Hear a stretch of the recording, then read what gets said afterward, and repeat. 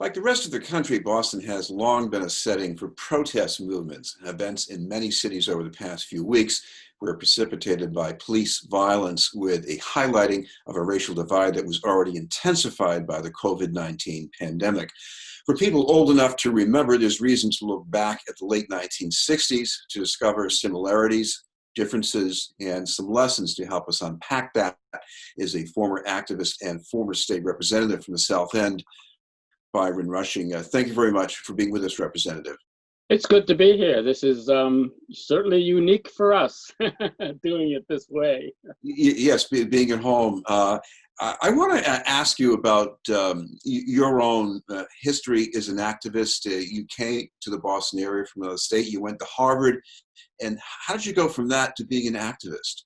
Well, it was the time. So where I came, I graduated from high school in 1960. So I was here in the fall of 1960, and already the civil rights movement had captured everyone in the imagination in this country. And of course, for Black people, it meant a time that significant change might happen. And so I had already in high school participated in small demonstrations, and then it became clear that more and more young people, especially college students, were engaged in this activity, and so it became hard to stay at Harvard. I mean, you sort of, you really thought it was all going to be finished. The NAACP had a slogan, "Free in 63," that we would be free on the 100th anniversary of the Emancipation Proclamation. And so, you start thinking, wait a minute, I'm going to be talking to my grandchildren, and they're going to say, "Where were you?" And I'm going to say, "Well, I was in Widener Library." So I left and joined the Congress of Racial Equality and became a civil rights worker there. It was interesting that I was planning to go to the South, and CORE asked me if I would go to Syracuse, where I'd gone to high school, because they had just formed a CORE chapter in Syracuse. So I did all of my civil rights work, except for occasional visits in the North, and dealing with all of that segregation that existed, even though it was not legal segregation, what we call de facto segregation. But the same residential segregation, same segregation in the schools. One of the first things that we did when I was working for CORE in Syracuse was to deal with police brutality cases. And so that was the beginning of my history as a professional organizer. Well, for outsiders, and even outsiders within the city of Boston, and going back to the 60s, people would take notice when there was some kind of unrest, disorder, or even a riot, as it might have been called at the time. But there was also a lot of organizing around these forms of inequality in Boston. It wasn't just about disorder breaking out. Oh no, it was about order, and I think it was about organizing. When I came to Boston, I came to work for the Northern Student Movement, that had a chapter here. The Northern Student Movement sort of perceived itself as a kind of Northern SNCC, SNCC being the Student Nonviolent Coordinating Committee in the South. And we were doing all of this work, and people felt that it wasn't political enough. And they brought me to start doing more political work with the adults that the Northern Student Movement was organizing. And that's how I got into my first task, was to increase voter registration in the Black community in Boston. And there were a number of organizations working, doing various aspects of this organizing civil rights work here. And certainly, probably the most advanced of those organizations were the organizations working to end segregation in the Boston public schools. Again, it was de facto segregation. We had a school committee that and the city administration that just refused to make any attempt to try to get the schools in Boston integrated. So whenever they could make a choice about where a district line would be, where a new school would be built, they always did it in a way that the school would remain segregated. And so that campaign, of course, ended with was successful in a lot of little ways, but of course ends with the final suit in federal court that led to the federal desegregation of the Boston schools. Well, if you go back to 1967, there were disturbances, but before the disturbances, there was a sit-in by welfare rights organizers. And I guess the way the city dealt with that was by sending in police to do something that maybe should have been done by somebody else more effectively. Well, the first thing they could have done this, and to just go back a minute, one of the areas of discontent was the way that people, what we call welfare, how people who were on welfare were treated by the bureaucracy and their immediate staff. Those were the days when welfare social workers could go to recipients' houses anytime, day and night, without any notice, and those mothers who were on welfare organized. And at one point, they decide to take over the welfare office. The welfare office then, what is Mother Caroline School now, that building was built to house the bureaucracy for the overseers, as they were called, of welfare in the Roxbury area. And they went into the building, they had a sit-in, and then they decided to stay.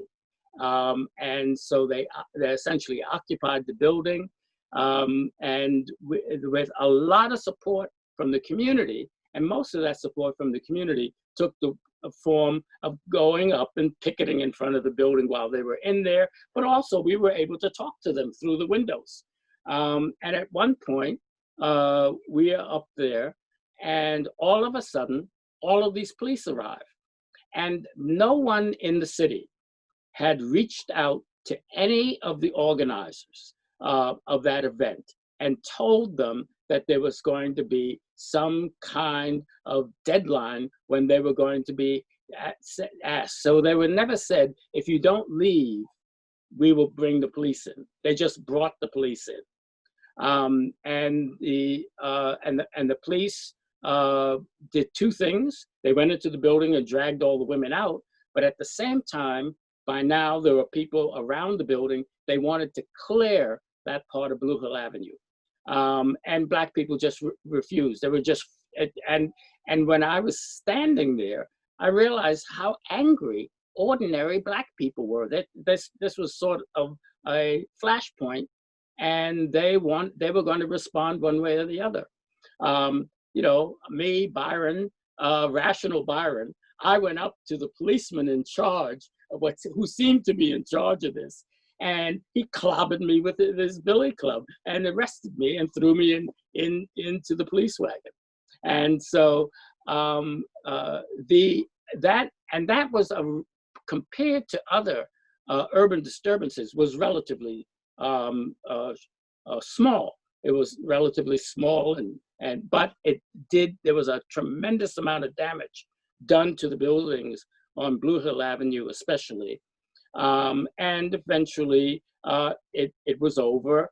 And then there were some discussions about what the concerns were and why people were so annoyed and angry. And that, of course, is what happened in almost all of the urban disturbances in the 60s throughout the country. There were some were big enough that they demanded a federal response. Probably the most famous of those federal responses was a commission that was put together by President Johnson called the Kerner commission, and they issued a report. And we're talking about all the white people should all go read Black history books now. No, go read the Kerner Commission report, right? So that was a report done in 1968, right? And every recommendation that it made, right, has been only partially fulfilled, and all of them are on target. And somebody, if you wrote a report now, you could bring the commission together and just plagiarize that book, and you'd be up to date. Well, if you fast forward to 2020, the use of force by police is definitely an issue, but it also highlights other issues. What should be the focus of protesters now? Well, I think one of the things, this important thing to say about the use of force by police is that no matter what demands have been made over the past 20, 30 years, we're just talking about police in this manifestation of police, the police have not changed, just refused to change. And so we're at a point now that people have all come together, and this is a reason for bringing them into the streets, and they've come into the streets. This time is so unique, certainly for me. I lived through nothing like this. Also, I can't read.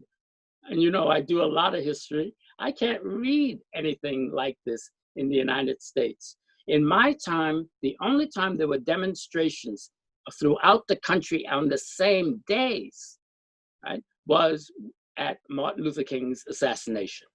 The nights following Martin Luther King's assassination, there were disturbances in cities across the country all at the same time. But generally, it happened one place, one city, could be incredibly intense and damaging, but then it was over. We now have people in the street all over the country, right, and making both demands and what is most important about those demands is that the people are in the street and are staying in the street. So we've gotten to a point where the liberal established white people are replying to demands that haven't even been made, right? Harvard decides that they're going to let everybody off for Juneteenth Day. No one ever asked them that. Their police chief was fired too, or at least he retired.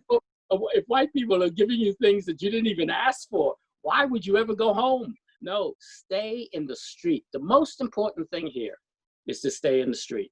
And we don't know how this is going to end. I don't think that at this point, we should be talking about specific demands. The demand is to end racism in this country. The demand to white people is to become anti-racist. Get away from the silliness of using the term racist to mean just what an individual thinks. No, that is made up by people who won't want to deal with the fact that when we mention racism, we are talking about the structure of the United States. We are talking about the culture of this country. And that is the racism we're talking about. And that is what the major demand on the street is. And that is that the culture change, that the structure changes of this country.